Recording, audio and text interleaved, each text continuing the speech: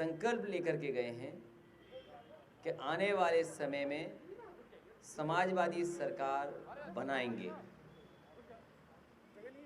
इस क्षेत्र को समाजवादी सरकार में बहुत विकास की योजनाओं से जोड़ा गया था। जब कभी समाजवादी लोग यहाँ पर आए होंगे, सरकार में कुछ न कुछ इस जिले को दिया है। सबसे खराब सड़क अगर कोई थी तो लखनऊ से जोड़ने वाली नानपारा वाली सड़क थी।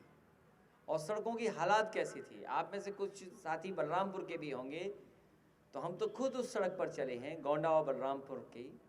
मुझे याद है कि किसी पत्रकार साथी ने अखबार में एक तस्वीर छाप दी थी एक बाज़ार की, कि वहाँ पर कुछ लोगों ने धान पैदा कर रहे हैं।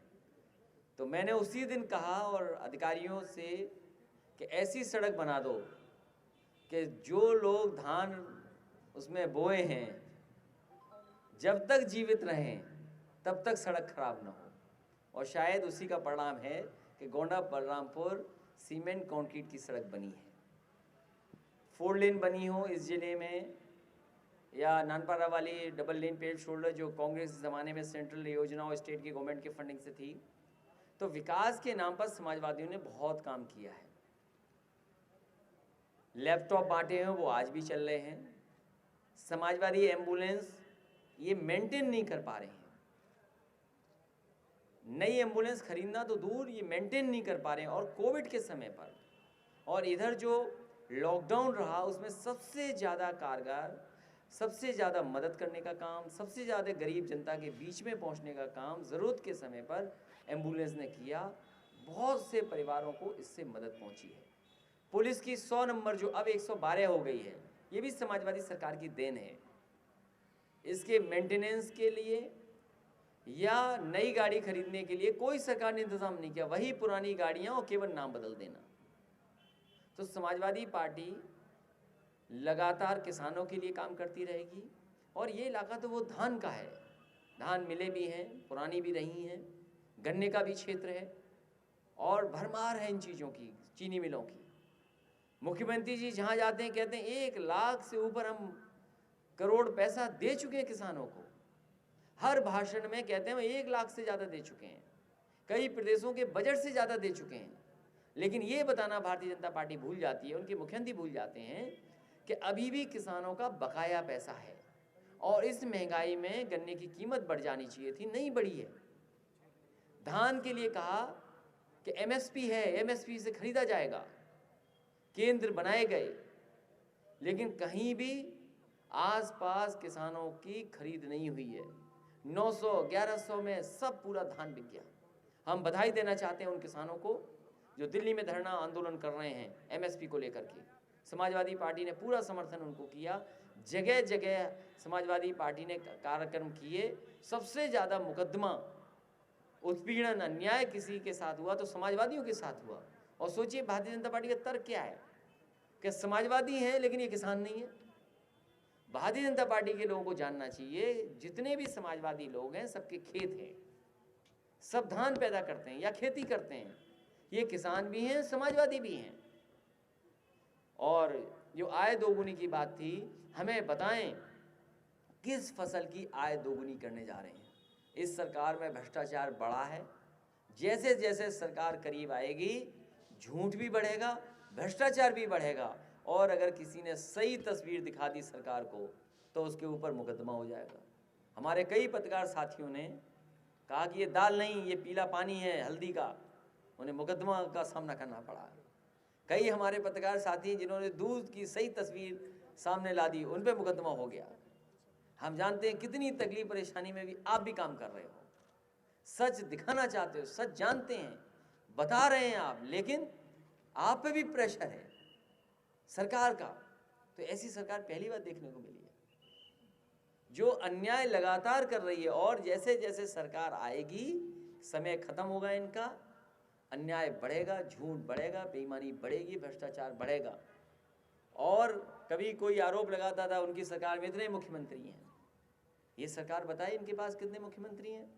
और जिस तरह की घटनाएं सुनने को मिल रही हैं कानून व्यवस्था को लेकर के, कल ही हम लोग लौटे हैं मान ली बाराबंकी होकर के आए, एक बेटी के साथ क्या घटना हो गई, बेटियों के साथ घटना हो रही है, महिलाओं के साथ घटना हो रही है, और बदायूं जैसा दुख भरा कांड, कितनी बड़ी घटना हुई, और उसकी बेटी ने जो दिखाया गद्दा कि देखो मेरी माँ का इतना खून लगा इसके अंदर। सोचो कौन सरकार में है, एक योगी सरकार में क्या कार्रवाई की,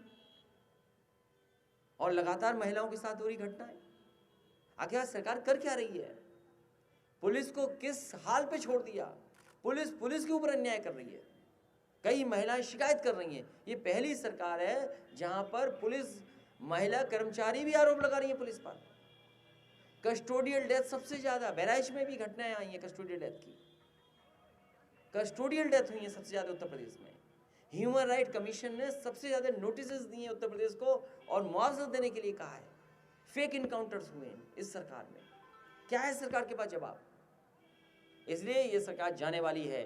गरीब, किसान, माताएं बहनें, नौजवान, व्यापारी सब तैयार है सरकार को हटाने के लिए। आने वाले समय में सरकार हटाने के लिए शिविर किया था। हमारा कार्यकर्ता गांव-गांव तैयारी करेगा, गांव-गांव भारतीय जनता पार्टी का मुकाबला करेगा। सर, तांडव फिल्म को लेकर के तांडव मचा हुआ है देश में, क्या कहना है? भारतीय जनता पार्टी कोई भी ऐसा मौका नहीं छोड़ती जिससे ध्यान न हटा दिया जाए। ये तांडव पे भारतीय जनता पार्टी के लोग इसलिए तांडव कर रहे हैं, सरकार इसलिए तांडव कर रही है क्योंकि वो किसान के मुद्दे को जिंदा नहीं रखना चाहती। किसान वो आंदोलन कर रहे हैं, बताइए उन्हें आतंकवादी बोले, एनआईए से जांच करा रहे हैं, क्या है? और फिर तांडव पे ही क्यों? हम और आप सबके पास वो प्लेटफॉर्म्स हैं, उन प्लेटफॉर्म पे देखिए। हमने आपने मिर्जापुर देखा, क्या मिर्जापुर में कितनी शिष्टाचार वाली भाषा थी, कितने शिष्टाचार वाले शब्द आए थे। वो लगता कोई ऐसा उत्तर प्रदेश का रहा होगा जहां से उस शिष्टाचार की भाषा निकली है। और भी हैं सीरियल्स, न जाने कितने होंगे ऐसे।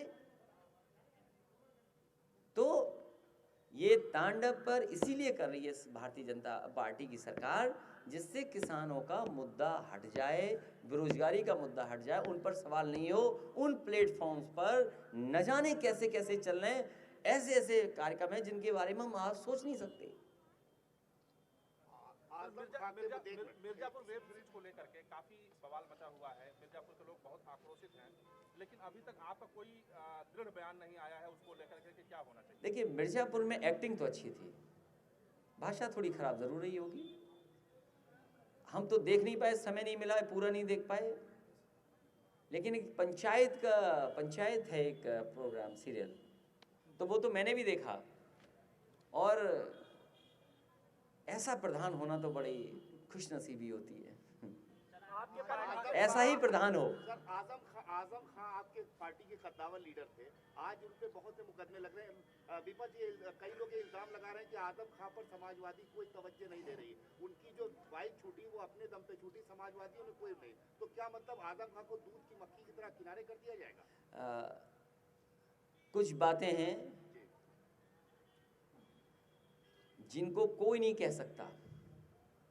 समाजवादी पार्टी, समाजवादी नेता आदरणीय आजम खां साहब के साथ पूरी खड़ी है, पूरी ईमानदारी से उनके परिवार की मदद कर रही है। पहले दिन से विधानसभा हो, विधान परिषद हो, लोकसभा हो, लोकसभा में स्पीकर से मिलने मैं और आदरणीय आजम खां साहब खुद गए थे। और जो डीएम, एसपी के बारे में समाजवादी पार्टी ने कुछ सवाल उठाए थे, जो आईपीएस थे वहाँ पर, उन्हीं आईपीएस ने समाजवादी पार्टी के एमएलसी पर मुकदमा दर्ज कर दिया दिल्ली हाई कोर्ट में। पहले दिन से हम कह रहे हैं कि जितने मुकदमे मोहम्मद आजम खां साहब के और उनके परिवार पर लगे हैं सब झूठे मुकदमे हैं, सब फर्जी हैं, और केवल इसलिए कि उन्होंने अच्छा काम कर दिया यूनिवर्सिटी का। मौलाना जौहर यूनिवर्सिटी बनाने और वहाँ पर विकास कराने की वजह से भारतीय जनता पार्टी ने साजिश कर षड्यंत्र कर करके और अधिकारियों के माध्यम से मुकदमे उन पर दर्ज कराएं। समाजवादी पार्टी उनके परिवार की पूरी मदद करेगी और लगातार मदद करती रही है, करेगी। लड़ाई जितनी लड़नी होगी, कानूनी लड़ाई लड़ेंगे। और हमें उम्मीद है जिस तरीके से उनकी पत्नी विधायक वो आई हैं वापस। हमें उम्मीद है आने वाले समय में उनका पूरा परिवार छूट जाएगा, मुकदमे भी खत्म हो जाएंगे। समाजवादी पार्टी लड़ेगी और मौलाना जौहर के नाम पर जो यूनिवर्सिटी बनी है वो बहुत ही पुराने स्वतंत्रता सेनानी से लेकर के उनका इतिहास उठा करके देखें। जो नाम बदलने वाले लोग हैं, जो नाम बदलना चाहते हैं, वो नाम ही बदल सकते हैं, काम नहीं कर सकते हैं। मोहम्मद आजम खान साहब ने काम करके दिखाया है। वो इस पीढ़ी के लिए नहीं, अगली पीढ़ी के लिए समाजवादी पार्टी नाम नहीं बदलने देगी।